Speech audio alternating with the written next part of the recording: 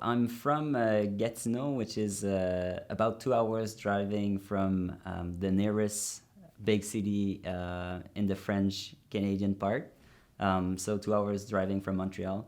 I studied multimedia there, meaning like some Photoshop, illustration, edit, mostly like touching a bit of everything, but not being good at anything. So that's the way that I discovered the world of like advertising, graphic design, and illustration. And then I moved to Montreal to study even more, and I never got back. So I've started working in Montreal, mostly doing stop motion animation, doing a bit of After Effects, some TV. For a television channel, I would like do the introduction of different shows. So I had the opportunity to start right after school. And then there's a key moment in that beginning, which is like when I did a student exchange at Penningen, which is in Paris. So during the course of like one semester, I've learned a lot of more handcrafted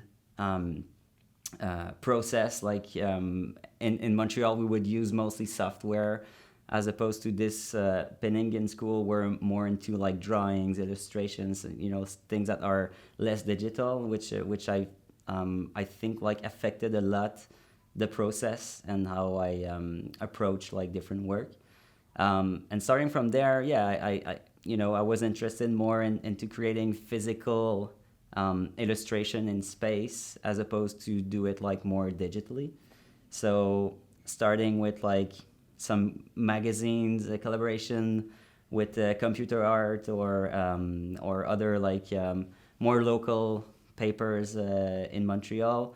I had a lot of interest in creating those physical space and photograph them to become the image that I was asked to or commissioned to do. Eventually, that led to an interest of creating stories that last more than just like this one single moment of the image that was created in the print part of my work. So I remember actually like the first real job that I got, the phone rang and the number was 1111111. And I told myself it's a scam, I'm not gonna answer. But something told me it's like, okay, let's just like pick up and see what happened. And it was the New York Times Magazine calling for me to create the introduction bumper of all the online videos that would appear on their website. So I was like very stoked, but also quite scared, because I had no knowledge of how to manage like a client such as the New York Times Magazine. It went pretty well. That was a moment in my career where I would do like everything by myself. So I would have a friend coming and helping me do the lighting, using that was the beginning of the Canon 5D cameras, where you could actually like start to do like decent pictures and decent film with like minimal budget. And from there, yeah, I guess like it led to a career that has evolved and took path that I didn't like thought it would take, led me to some places for work that I haven't imagined having the chance to get. And so here I am with Eve, my partner, in motion and design in Los Angeles. So that's pretty interesting and awesome.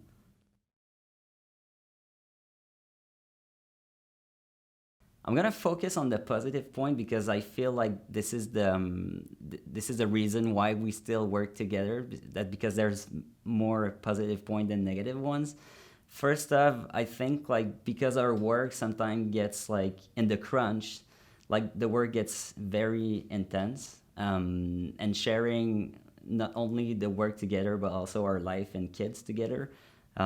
It's like very helpful for a two-person being in that same situation to understand each other and to sort of like create an organization between work and family that can support both, so that if there's like someone that focus more on the work. There's still someone making sure that the family is still healthy.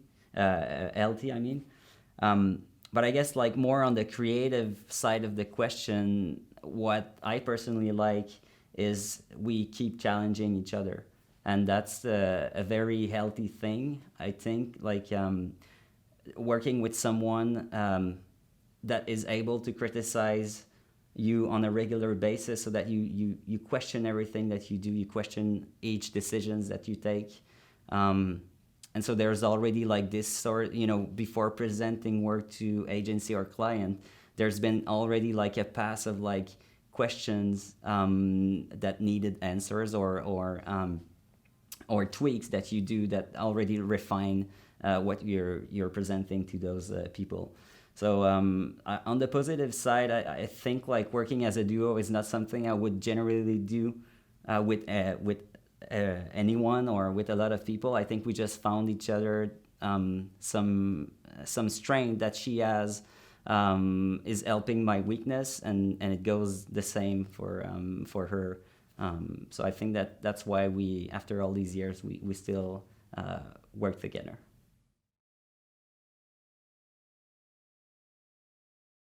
That's always a question that where do we find the inspiration? It's a really it's an interesting one, and it's also one that is very different. Like if you would have asked me this like 2 years ago, I would probably reply something totally different.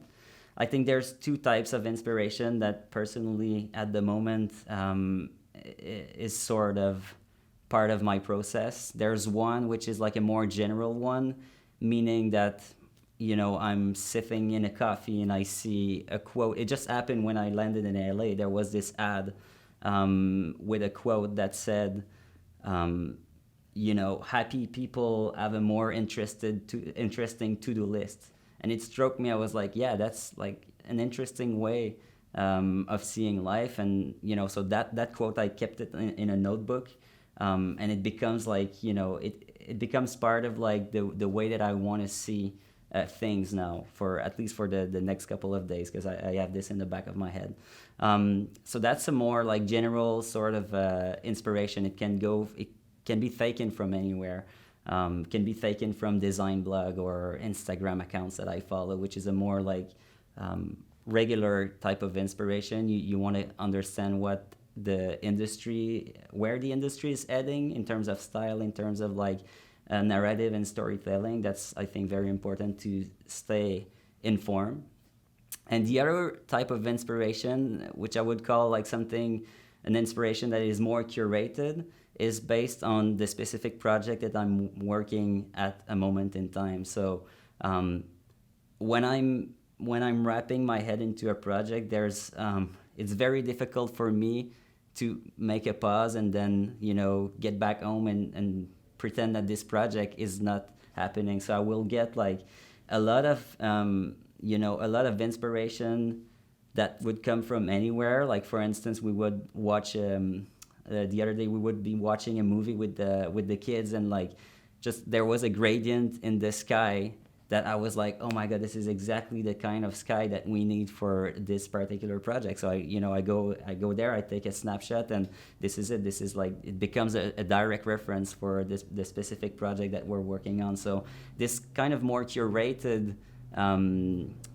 inspiration is very specific to project and very specific to the part of the project that I'm working on at this time. So it comes from anywhere, but it's very like, I have a train of thought that is building. It's building from specifically what I am working at the moment.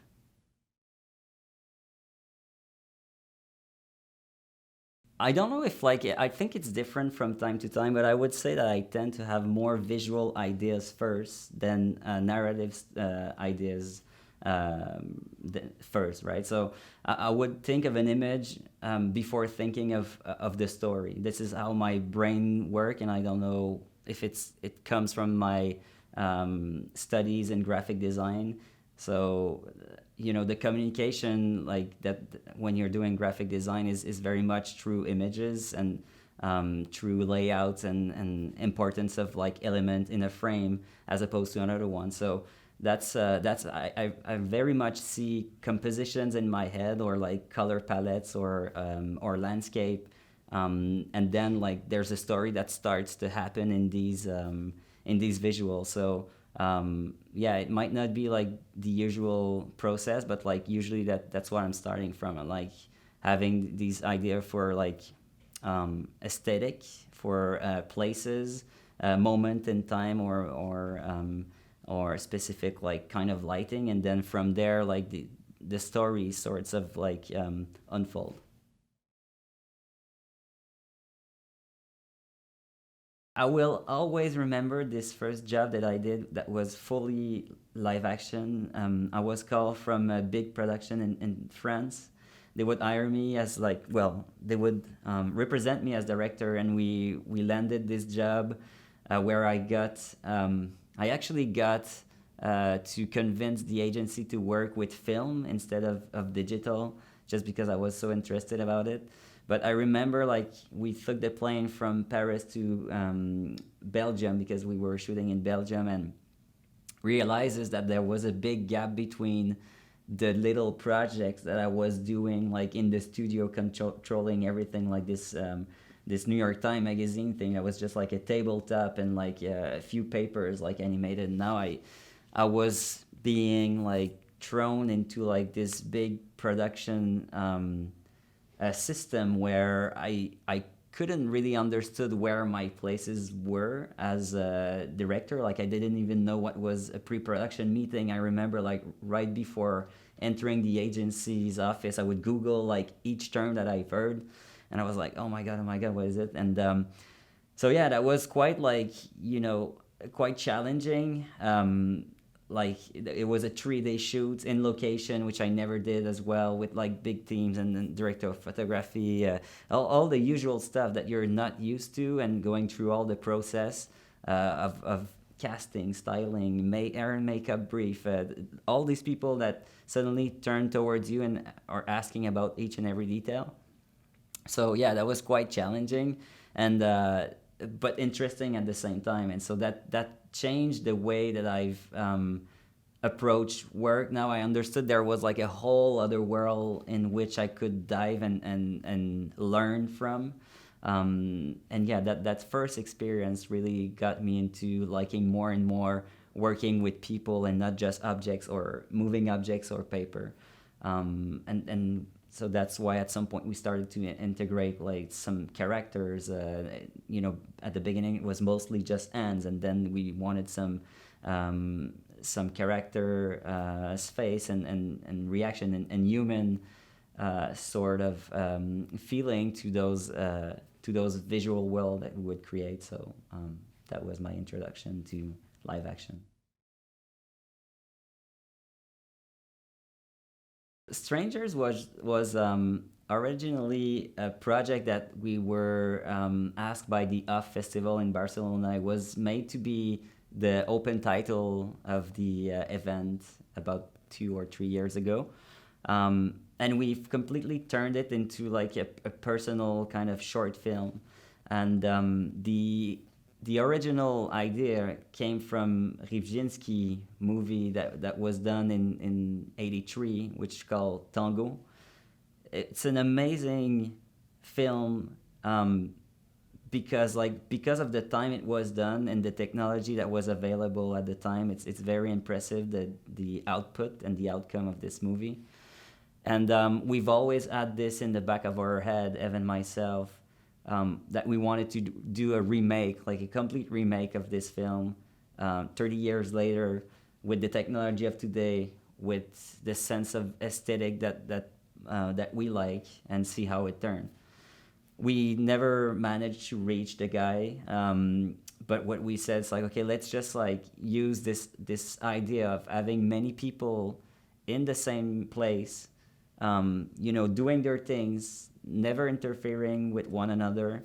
It's almost like nobody exists, right? Everybody's doing their thing, and they don't acknowledge that there's somebody else, that even though they're passing right in front or very close to bump on each other, So that we took this concept that we've used for the first part of the film, and then we deconstructed like the other half, which suddenly like all of this organization that at the climax is sort of working like ants in a nest, right? So everybody's like walking all over the place, but it's all coordinated. And we broke it on the other part of the film where there's someone that duplicates himself. There's a bunch of like apple that are flying around. So there's a bunch of surreal stuff that's in there.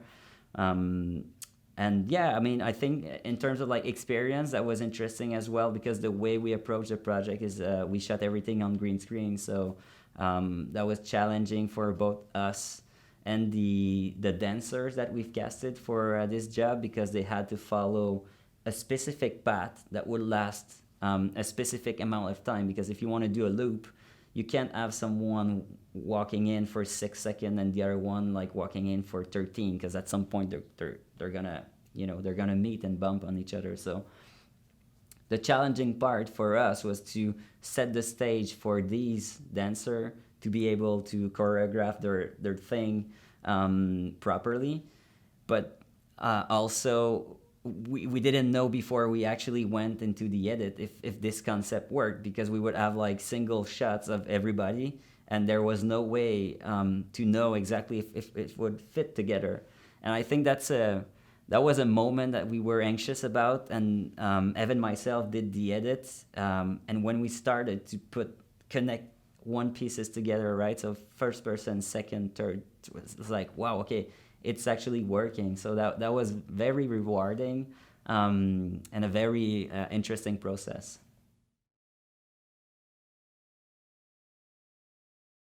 I'm the type of person that before starting to really create, I have to make sure that my working area is very much control and in place. Like um, I think as a sometimes surreal or weird environment that we create, like to be able to create these things, I need to have like a very sterile kind of space, or so that like a normal day would be, I would from the moment where I'm getting to the studio, I would make sure that my desk is clean, that I don't have like an invoice that's from the restaurant from earlier or from a meeting, and then I would make sure that everything is kind of clean, and then I will brew myself a coffee because I really enjoy like drinking one coffee per day, but like it shouldn't be like something just to wake me up. I think it's like more therapeutic. It's like once everything is ready and I'm ready to work, then I pour myself some coffee.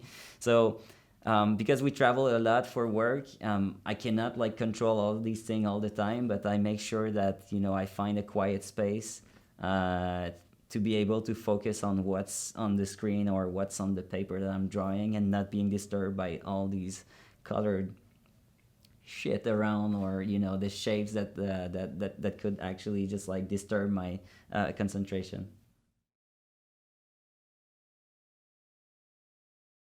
So once a year or once every 15 months, we're it's not that we have time, but we allow time for personal project for many reasons.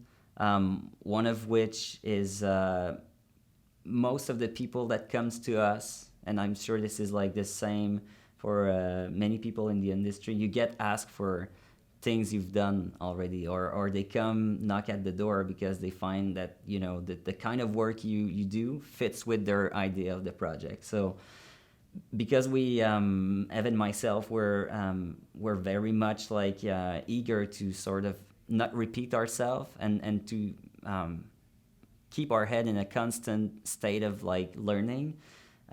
We don't like to do things twice. Actually, we like to master stuff, like to make it enough so that we sort of feel that we're getting better at, but we don't like to repeat it in a way that it becomes like the same thing every day. So these personal projects are very much helping us to push ourselves, and it's always calculated in our mind. It's like the next personal project we would do it for what reason? Is it because we would love to get script that talks more about like storytelling? Do we want script that enables us to escape the studio world and shoot outside? So that they're very much calculated in a sense that we understand the business, that we're gonna get asked to work on project that we have similarity on our reel. So that's why we find it very important to stop and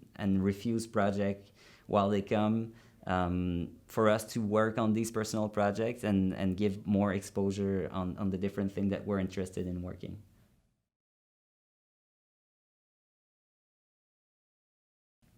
I think a good balance would be that if you get enough liberty, or if your playground is wide enough in a commission project, I think the idea is to keep yourself busy in a way that you always improve, or you always feel that you're learning something. So to me, it's not about like, okay, we absolutely need to make a step from commission because my creative mind wants something, like is craving something different. If the projects are interesting enough, I will enjoy very much, like, first of all, like the budget that comes with commission enables us to have bigger set, to have like better equipment, to have most of the time like very good people that we can surround ourselves with, as opposed to when you're initiating a project, because the nature of our work is very much physical. We can't be a one-person army, right? We can't like create everything from scratch. So it requires a lot of other people and inputs to put these projects together. So I'd say like when we get a very good year, to me the balance would be like 85% of commissioned work and 15% of like little projects that we do without budget or that we initiate ourselves. I like music very much. I used to play in punk and hardcore band as a kid. I think like this always like sorts of resonated to me, like the world of music. So that's why I'm on my free time I would play some guitar or drums or learning piano. That's like the kind of thing that I like to do to disconnect. But there's, because they are a form of art and creation, that's not the thing that I would do to liberate my head from being creative. So because you're always trying to create a melody or trying to create a rhythm, so that's like for me it's still creativity. So the thing that I would do if I really want to disconnect is like sports, like I'm from Canada, so hockey is pretty big there. I was growing playing ice hockey. So at the moment, that's the thing I would do like 2 or 3 times a week. It's like getting outside, and because it's very like physical, like it's the only thing you can think of when you're playing. It's like getting that puck in the net. So that's the kind of thing that I like to do. I jog as well. I run. That enables me to just listen to music, which is again one of my other passion. And then I read as well. I think I'm very distracted. Like, so it's like I have moments where I would like read a book in a very short period of time, and other moments where I would drag a book like for months, because it's like after a few pages I'm realizing I'm not like focusing. That means I'm like too much thinking about work or things to do at the studio.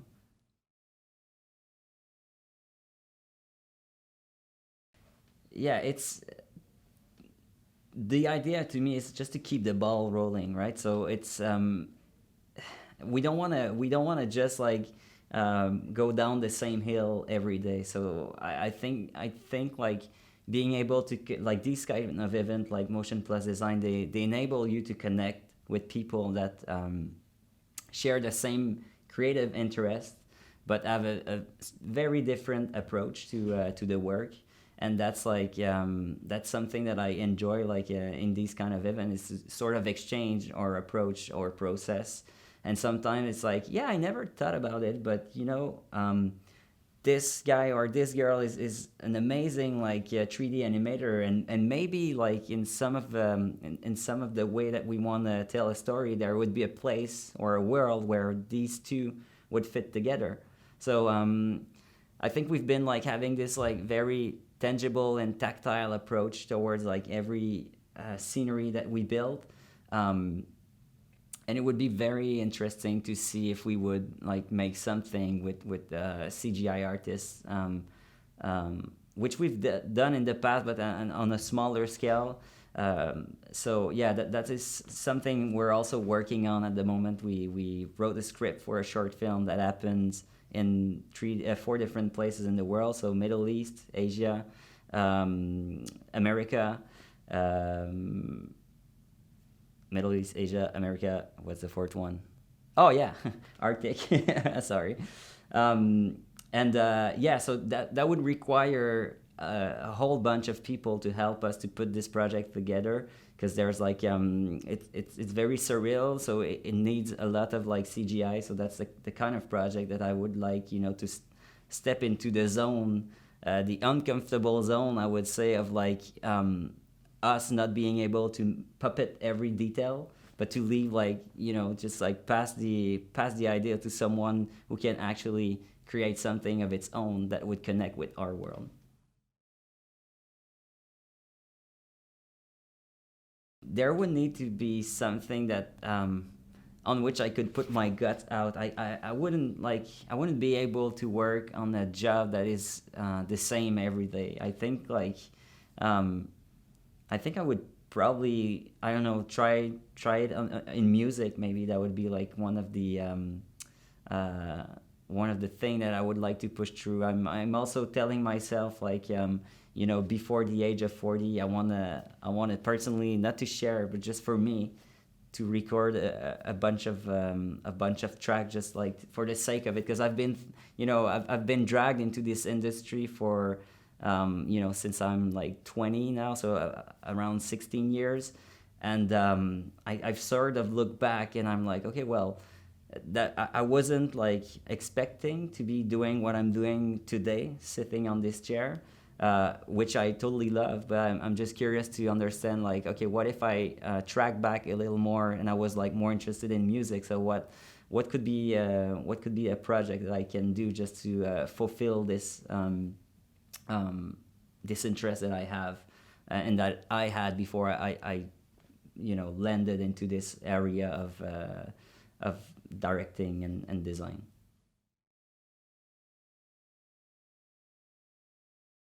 I'd say the first advice would be not to listen to any advice I would give. The reason I'm saying this is because when I look back at the career so far, it could have gone so many different routes. Like everything was based on decisions at the moment where I felt they were the best decisions to do.